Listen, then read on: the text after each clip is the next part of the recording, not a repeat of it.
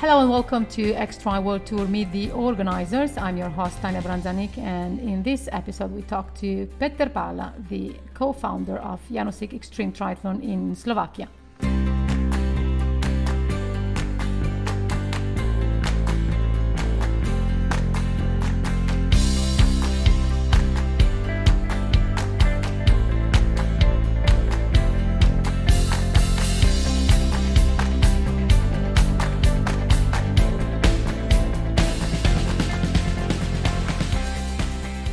Hello, Peter Povala, and welcome to XTRI World Tour Meet the Organisers. Well, it's always nice for the listeners to get to know a little about your background. So could you please give us a short introduction of yourself and your experience as a race organizer? So thank you, Tanya. Hello to everybody. So my name is Peter. I'm from Slovakia, from a small village called Nižna. I'm 32 years old, happy husband and father of one small child. And I work as a mountain rescuer in mountain rescue service here in West Tatras Mountains, in the region where we live. I'm very honored to be part of this conversation and to talk about my history as a sportsman. I started when I was 6, thanks to my parents. I started swimming, so I'm very thankful for this moment because they opened they opened doors for me, because when you can swim, you can try triathlon later with more facility. So at around 15 years, I started with climbing, running, and also ski mountaineering. So I really like mountains. And then later in 2010, I tried first triathlon, as I really love swimming and cycling and running.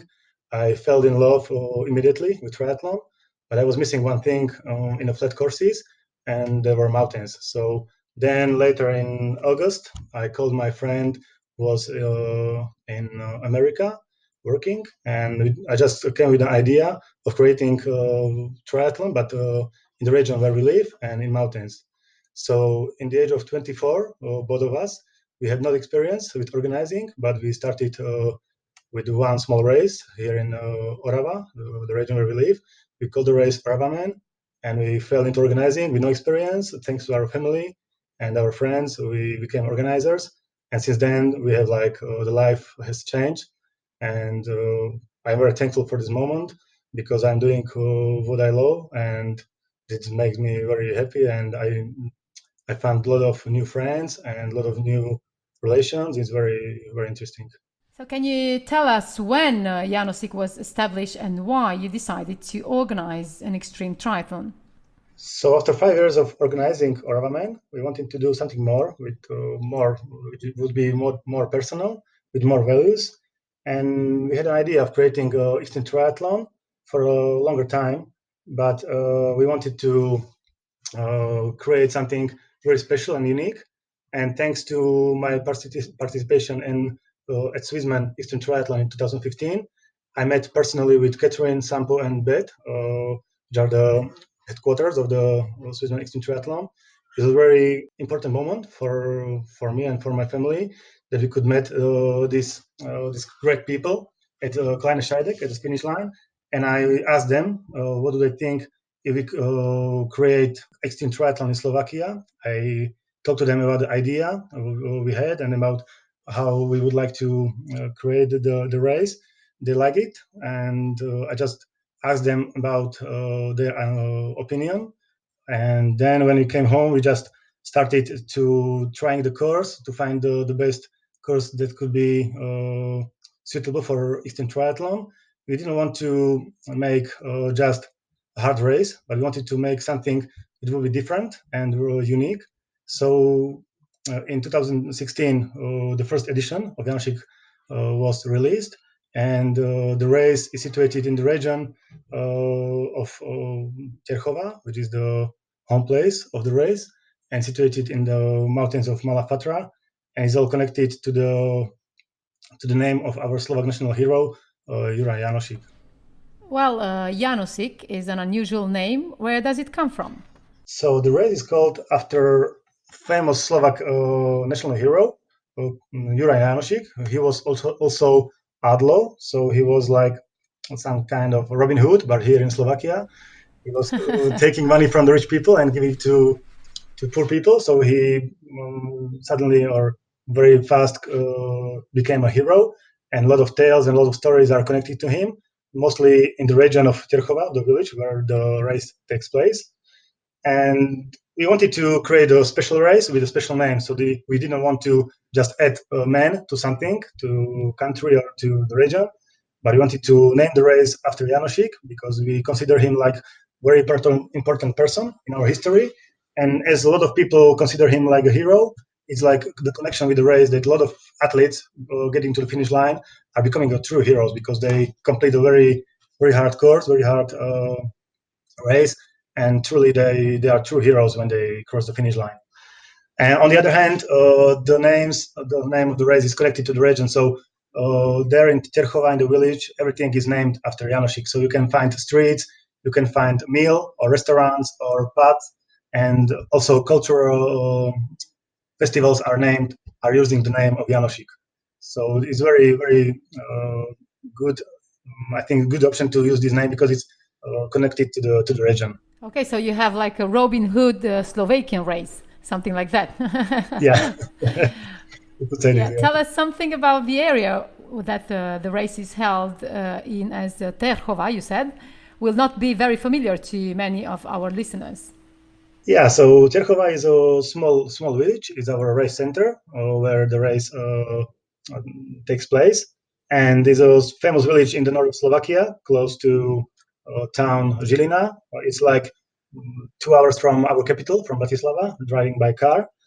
And the village is surrounded by very steep mountains. These mountains are called Malá Fatra. It's a national park. And the village offers very good conditions for trekking, hiking, also for skiing in winter. And it's very famous, as we said before, thanks to the history of Jánošík. So there are a lot of music festivals or cultural events in the village and around it. But what are the unique features of your race that differ from other XTRI World Tour races?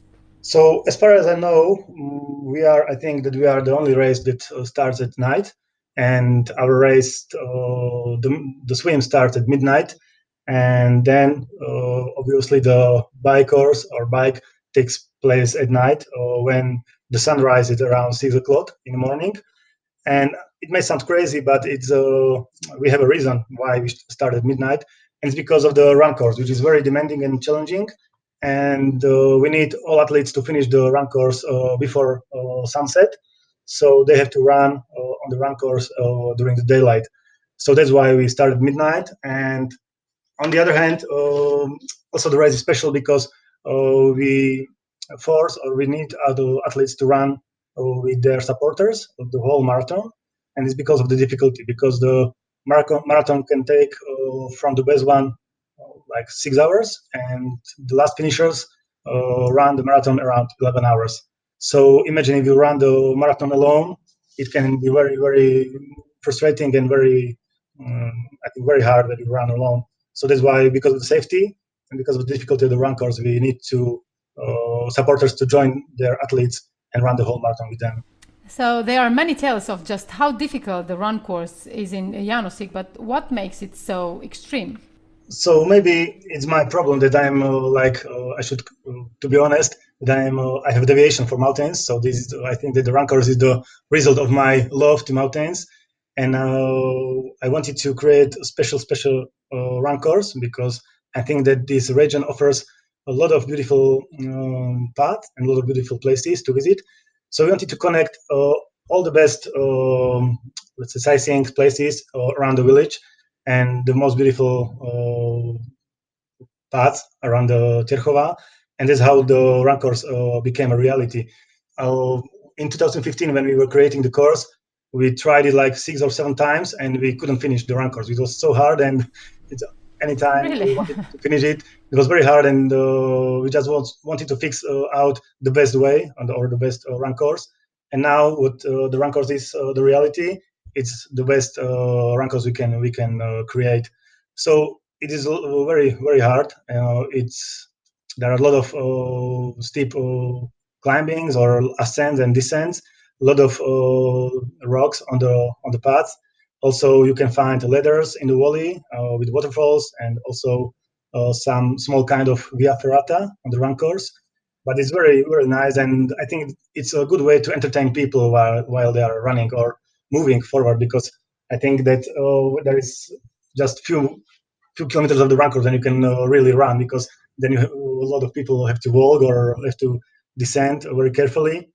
But since the beginning, we wanted to create a reasonable run course, which could be very beautiful. But we didn't want to create something dangerous.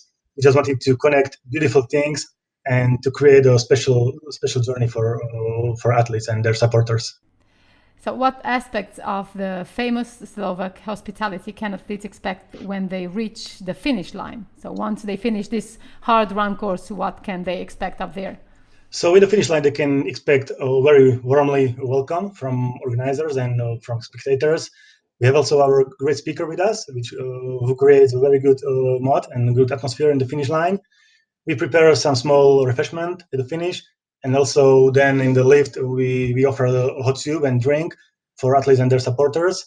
Last year we put some heating in our tents at the finish line, which at the afternoon looks like quite crazy because it's very hot. We have sunny weather, but later at night when the storm came in and we had a very heavy rain, the heating resulted very good.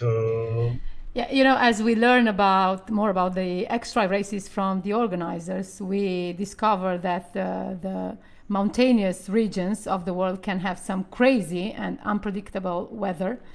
Is this the same for Jánošík? Well, to be honest, for example, in Keldman, you have a famous jellyfish during the swim.